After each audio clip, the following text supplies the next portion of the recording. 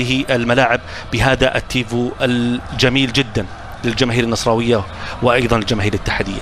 قبل البداية كابتن حسن، توقعات سريعا. مباراة حذرة صراحة، يمكن تكون فيها أهداف أيضا كذلك قليلة، لأن المدربين خلال الشوط الأول أكيد راح يكونون حذرين حتى في الناحية الهجومية والناحية الدفاعية، لذلك راح تكون مباراة جدا تكتيكية.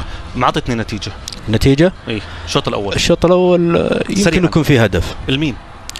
للنصر. كابتن مناف؟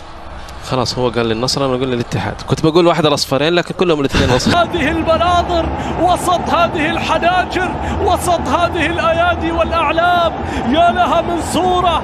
حيها الشوف وحيها العين وحيها المناظر وحيها الجمال وما اجمل، وفي اطلالتهم وفي وسط هذه المشاهد التي لا يمكن لك الا ان تستمتع بها، الا ان تشاهدها وأنت في قمة المتعة والاستمتاع.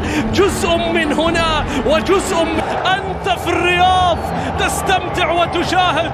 النصر يسعد جماهيره وعشاقه. ليلة لقى النصر تشبه ليلة العاشق اللي يلعب.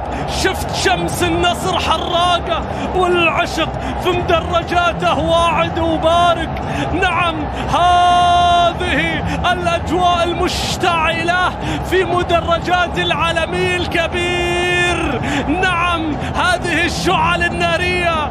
الشمس تسطع ليلا في الرياض، الشمس تسطع ليلا في الرياض، وفي المقابل الأجواء الكبيرة عند جمهور العبيد وسط هذه اللوحة، وسط هذا الجمال. والله وكأن المباراة تلعب في المدرج.